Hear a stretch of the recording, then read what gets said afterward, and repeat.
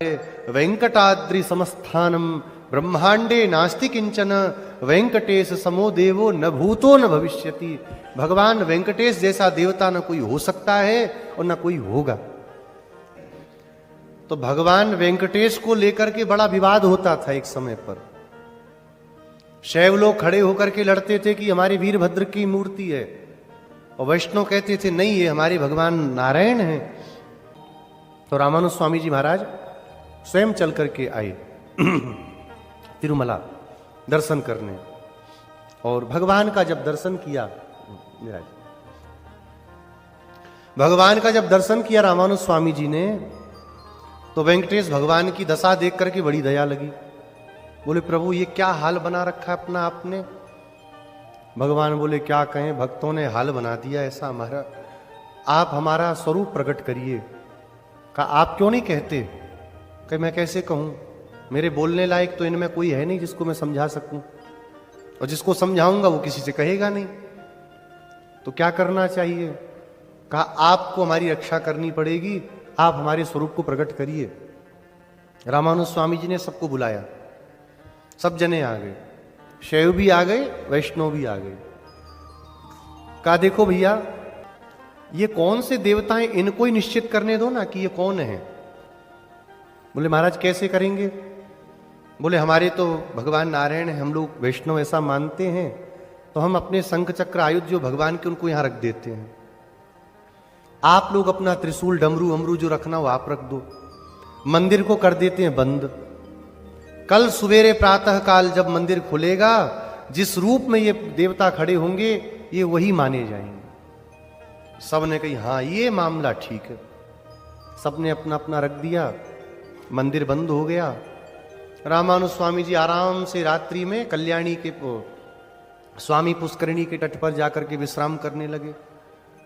रात्रि में स्वप्न में भगवान आ गए। कहा महाराज एक काम और कर देते। कही क्या। बोले वो शंख चक्र तो हाथ में पकड़ा देते हमारे। बोले महाराज इतना भी आलस किस काम का, उठा लो अपने शंख चक्र। बोले अर्चावतार की एक सीमा है कि अर्चा विग्रह को झुकना मुड़ना अपने से चलना बोलना नहीं चाहिए, तो आप ही हमें पकड़ा दो। रामानुज स्वामी जी बोले हम कैसे पकड़ाएं, अंदर तो ताला बंद है। बोले आपके लिए क्या अगम्य है, आप तो शेष हो, तो आप शेष रूप धारण करके अंदर आओ और मुझे ऐसा करो। तब रामानुज स्वामी जी ने रात्रि में शेष का रूप धारण किया, सर्प के रूप में भगवान की जो भगवान के तिरुमज्जन वाली जो नाली होती है उसमें से प्रवेश कर गए अंदर, और भगवान के हाथों में शंख चक्र प्रदान कर दिया। सुबेरे सुबेरे जब जय जयकार करते हुए वैष्णव और शैव लोग वहां पहुंचे, भगवान के आनंद निलयम विमान के द्वार को खोला, तो हाथ में शंख चक्र लेकर के भगवान का दर्शन किया, जय जयकार होने लगी। श्री वेंकटेश भगवान की जय हो। भगवान का क्या दिव्य रूप है।